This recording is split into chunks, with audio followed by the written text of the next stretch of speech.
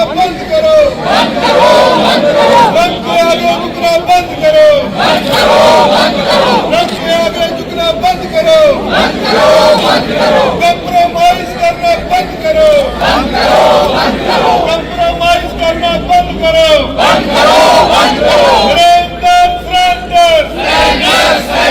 Surrender करना बंद करो, जवाब दो, कंप्रोमाइज पीएम जवाब दो, कंप्रोमाइज पीएम जवाब दो, कंप्रोमाइज पीएम जवाब दो, कंप्रोमाइज पीएम जवाब दो, कंप्रोमाइज पीएम जवाब दो, कंप्रोमाइज पीएम जवाब दो, कंप्रोमाइज पीएम जवाब दो,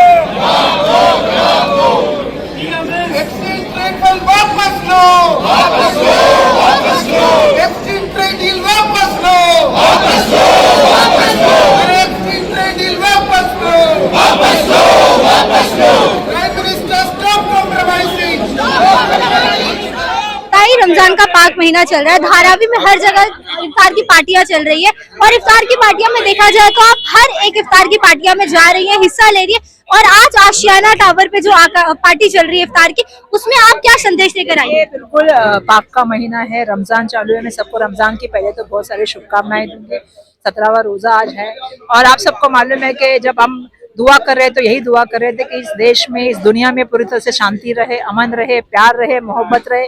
और ये जो चल रहा है देश भर में आप देख रहे हैं, जिसका परिणाम आज हम देख रहे हैं कि हमारे बच्चे अटके हैं, तेल का दाम बढ़ गया है, तेल किससे खरीद करना है वो भी जो है वो हमें अमेरिका बता रहा है।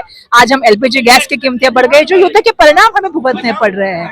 तो हम ये चाहते हैं कि इस देश में, दुनिया में शांति बहाल हो।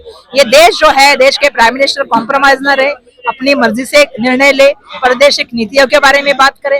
और मैं यही चाहती हूँ कि इस देश में, जिस तरह से मैंने कहा कि इस देश की उन्नति में, प्रगति में जितने हमारे से हो सके हम लोग कोशिश करें। और आज हम इस रोजा इफ्तार में जो जो शामिल हुए, मैं उन सबका बहुत धन्यवाद व्यक्त करता हूं। धारावी में गंदगी और पॉपुलेशन पे रिसेंटली जो हंगामा हुआ, सत्ताधारी पार्टी कह रही है कि वो आपने मुझे ऐसा कहना है कि देवेंद्र फडणवीस जी बता सकते हैं क्या उसकी परमिशन है क्या नहीं? हमने तो कानून के तहत बताया है। लेकिन आप जब आरएमसी प्लॉट बनाते हैं, आरएमसी जब प्लॉट बनाते हैं तो मैडम एक सर्कुलर है पोल्यूशन बोर्ड का, उसके अंतर्गत 50 मीटर के अंदर आजू बाजू में कोई भी बिल्डिंग या रेसिडेंशियल टावर नहीं होना चाहिए। तो आप मुझे बताइए उसके कितने मीटर में डायमंड बिल्डिंग है और कितने में बालिका नगर है? तो क्या वो अलाउड है? तो फिर आपने ये काम कैसे, इलीगल काम को कैसे कौन सपोर्ट कर रहा है? देखिए, अदानी हो या देश का कोई भी इंसान बड़ा से बड़ा हो, कानून सबके लिए समान है और देश का संविधान भी सबके लिए समान है। तो जो चीज इलीगल है वो इलीगल है। किसी के दबाव में आके या किसी का दम दाटी करके हम डरने वाले तो है नहीं। जो सच्चाई वो लोगों के सामने बीच में आएगी, हम तो लड़ेंगे, लड़ने का काम कर रहे हैं। अगर मेरे यहाँ के लोग गिर रहे हैं, बच्चों को लग रहा है, उनको चोटें आ रही है, तो उसकी जिम्मेदारी कौन लेगा? देवेंद्र फडणवीस लेंगे कि एकनाथ शिंदे लेंगे? दोनों में से कोई जिम्मेदारी ले, आके रास्ता साफ करके दे। जो बच्चे गिर रहे हैं, जिनकी ब्राइट स्किट हो रही है और ये जो इलीगल काम हो रहा है, उसको समर्थन उनका है क्या?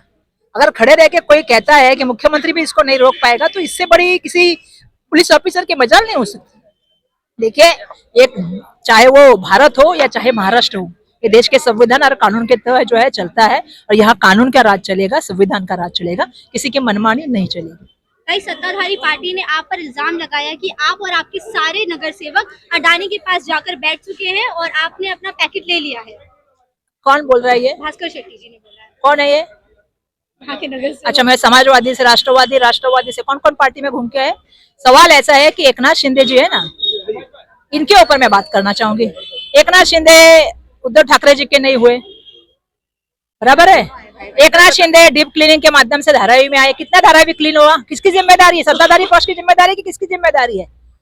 एकनाथ शिंदे जी की जिम्मेदारी क्या थी? राज्य के मुख्यमंत्री थे, सब जीआर उनके कार्यकाल में निकले। महाराष्ट्र की चर्चा देश से प्राइम मिनिस्टर के साथ करने जाते और बोल के आते हैं क्या?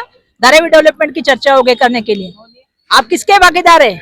यहाँ को जनता को अभी बड़े पैमाने पर अपात्र हो रहे हैं, आएंगे लड़ने के लिए? आ जाइए एकनाथ शिंदे जी मैदान में।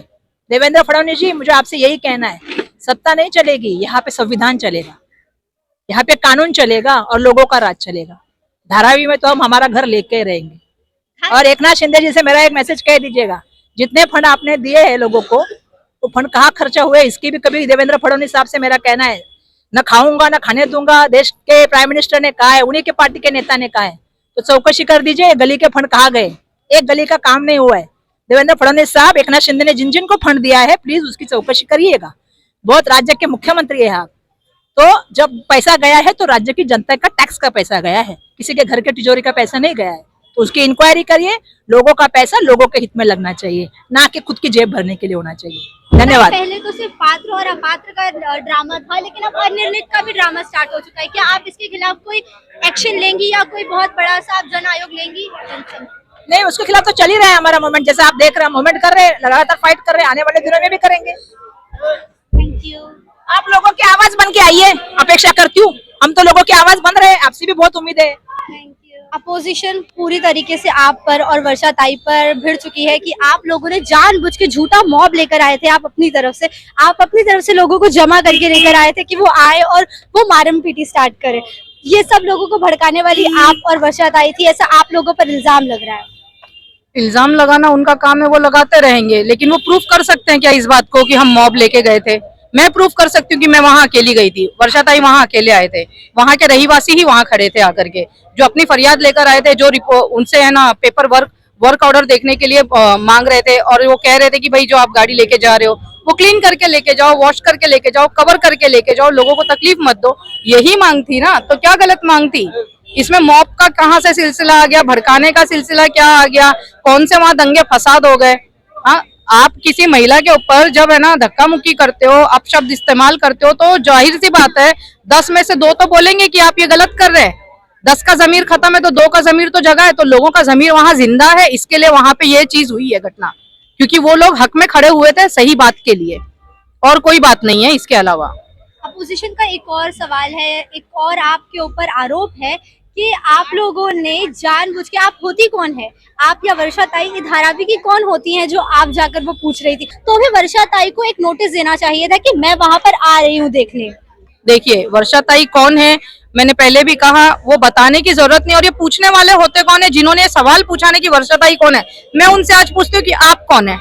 आपको आज जो पहचान मिली है वो किसकी बदौलत मिली है? क्या जिस सीढ़ी से आप यहाँ तक आए हैं वो कभी भूलो मत, आधार काटो मत, ये बात हमेशा याद रखो, क्योंकि आप अगर है ना अलहदा होते हैं तो ये नुकसान आप ही का है। दूसरी बात, वर्षा ताई कौन है ये बताने के लिए यहाँ पे धारावी में आप आके जाइए, मुझसे नहीं। आप मुझे फिर बोलेंगे कि कांग्रेस की है, वर्षा ताई की कार्यकर्ता है, तो वर्षा ताई के बारे में बोल रही है, वर्षा ताई की सपोर्ट में बोल रही है। आप किसी अनजान व्यक्ति से पूछिए ना कौन है वर्षा ताई। वर्षा ताई धारावी की बेटी है और वो आते रहेंगे। और एक बात बोलूं, हम दलित महिलाओं की सशक्त आवाज है।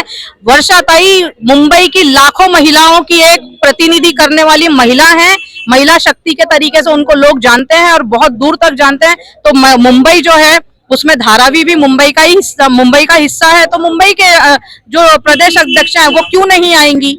उसका जवाब ये देगी क्यों नहीं आएंगी।